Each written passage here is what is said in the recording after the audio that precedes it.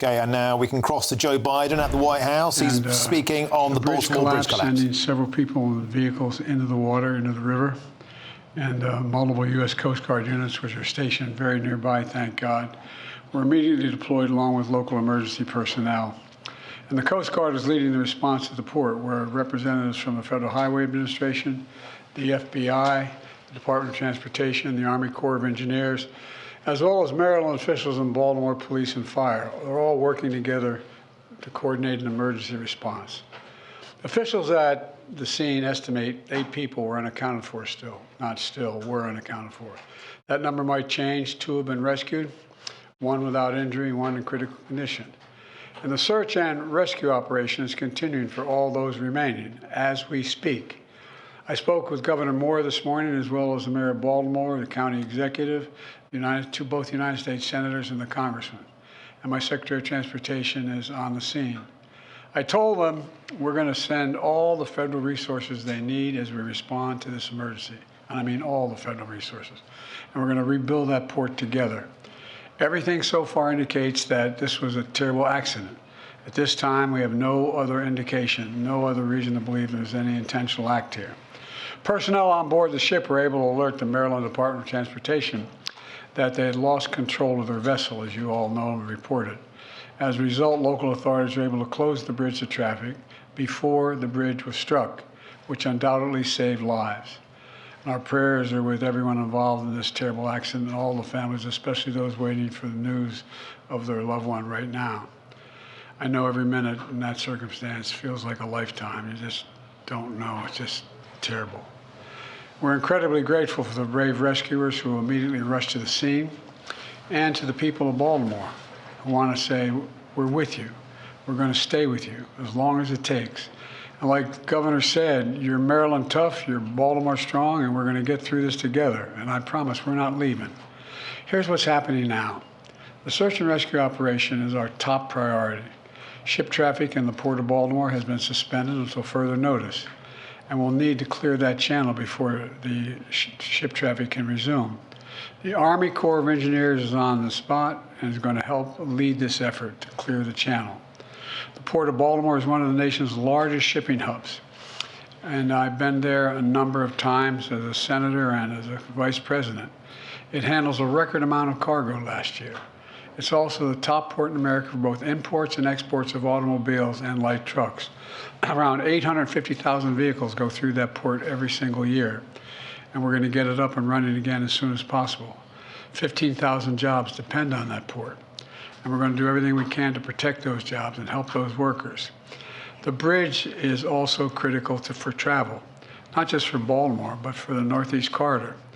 Over 30,000 vehicles cross the Francis Scott Key Bridge on a daily basis. It's virtually, it's one of the most important elements for the economy in the Northeast and the quality of life. My transportation secretary is there now. As I told Governor Moore, I've directed my team to move heaven and earth to reopen the port and rebuild the bridge as soon as humanly possible.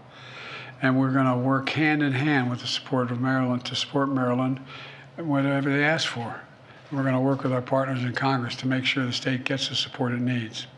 It's my intention that the federal government will pay for the entire cost of reconstructing that bridge, and I expect the Congress to support my effort. This is going to take some time.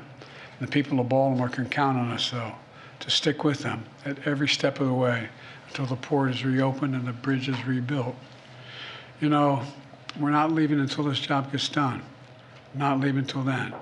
So I just want to say God bless everybody who everyone harmed this morning and their families, and may God bless the first responders, many of whom risking their lives.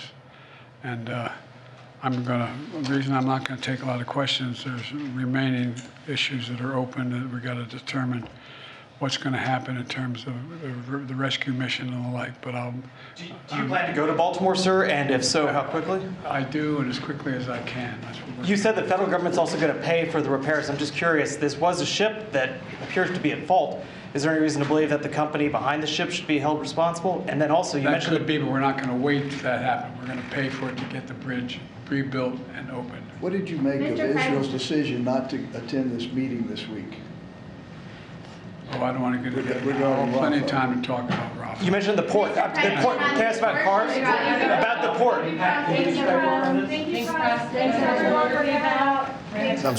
That was Joe Biden there giving a live presidential address at the White House on the Baltimore bridge collapse. He said this was a terrible accident. We have nothing else to point to any other explanation.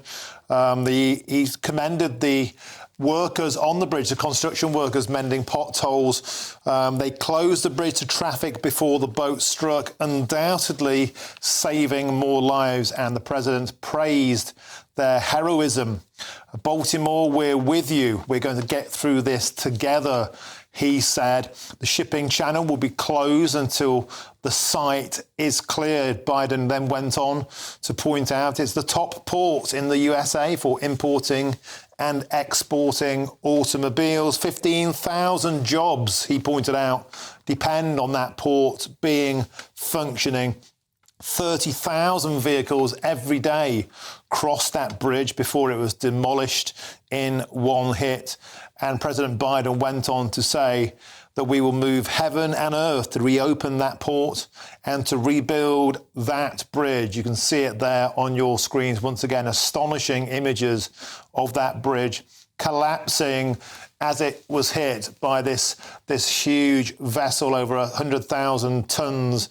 The impact simply brought it down like a deck of cards. Joe Biden went on to say, in terms of the cost of rebuilding that bridge, the federal government will pay the entire cost of the rebuild. A reporter questioned him on the veracity of the shipping company footing the bill, because the reports seem to indicate at this stage that the ship lost power and lost control and went into the bridge, causing this catastrophic impact. Should they be held responsible? President Biden responded, now is not the time to do that. We want to get on and repair this as soon as possible, intimating that if that were the case, the cost would be taken back from the insurance company, the boat company, down the line.